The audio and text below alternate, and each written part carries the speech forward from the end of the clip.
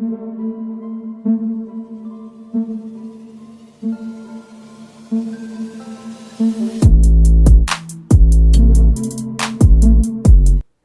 दोस्तों, scary story official में आप सबका स्वागत है।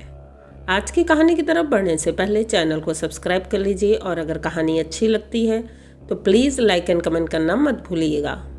तो दोस्तों, आजकल मेरी तबीयत कुछ ठीक नहीं है, इसीलिए आवाज़ में कुछ फ़र्क लग रहा होगा, तो थोड़ा सा एडजस्ट कर लीजिएगा और प्रे करिएगा कि जल्दी से मेरी तबीयत ठीक हो जाए। कहानी डेली आए, इसलिए मैं प्रयास करती हूँ कि डेली कैसे भी मैं एक कहानी लेकर आऊँ। तो इसीलिए आज एक कहानी मैं लेकर आई हूँ। कहानी है एक छोटे से गांव की, जो कि बहुत ही अच्छा गांव है, पर वहाँ पर एक चीज़ है जो लोगों को डराती है।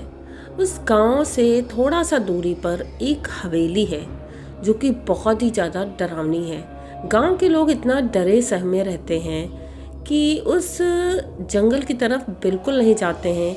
वैसे तो लकड़ी काटने के लिए लोग जाया करते थे, लेकिन अब कोई भी नहीं जाता है, क्योंकि कहते हैं उस हवेली से शाम के बाद अजीब अजीब सी आवाज़ें आती हैं।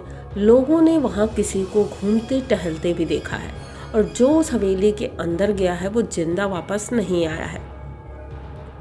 अब ये बात पूरे गांव में थी। वहीं प्रधान जी का लड़का गौरव अपने दोस्तों के साथ गांव आया था घूमने के लिए। तो एक रात उसने सोचा कि क्यों ना हम हवेली में चलें और पता करें आखिर क्या है। गांव के लोगों ने मना किया, लेकिन उन लोगों ने सुना नहीं और अकेले ही रात के लगभग 11 बजे घर से निकल जाते हैं। हवेली के अभी पास पहुंचे ही थे कि जंगल से अजीबो गरीब आवाज़ें आ रही थी, जो कि बहुत ही ज़्यादा डरावनी थी। लेकिन अब डर तो लग रहा था, लेकिन सोचा कि हवेली के अंदर चलकर देखना तो है ही। जैसे ही हवेली का गेट खोला और अंदर गए, अंदर चमगादड़ों के उड़ने की आवाज़ें, इतने चमगादड़ थे वहाँ। जैसे ही और अंदर गए, अजीब अजीब सी आवाज़ें, चिल्लाने की, रोने की, मतलब जाते ही शुरू हो गया था। इन लोगों ने सोचा कि अब क्या करें हम, और एक खंबे के पीछे छुपकर गौरव देखने की कोशिश कर रहा था आखिर ये सब है क्या। मोबाइल लेकर गया था कि फ़ोटो खींचूंगा, लेकिन फ़ोटो तो खींच रहा था, लेकिन कुछ क्लियर नहीं दिख रहा था। एक औरत दिखाई पड़ी जो दूसरे पिलर के पास से झांक रही थी। इन लोगों ने उसका पीछा किया, लेकिन जब उस पिलर के पीछे गए, वहाँ पर कोई भी नहीं था। धीरे धीरे ये पूरी हवेली घूम चुके थे, तभी एक कमरे से तेज रोशनी आ रही थी। उस रोशनी के पीछे गए। उस कमरे में एक बक्सा था, उस बक्से में बहुत तेज रोशनी हो रही थी। तो जब वो बक्सा खोलकर देखा, जिसमें एक किताब थी, उसमें बहुत कुछ लिखा था, लेकिन गौरव उस किताब को पढ़ना नहीं चाहता था, क्योंकि वो सोच रहा था पता नहीं क्या ही होगा उसमें।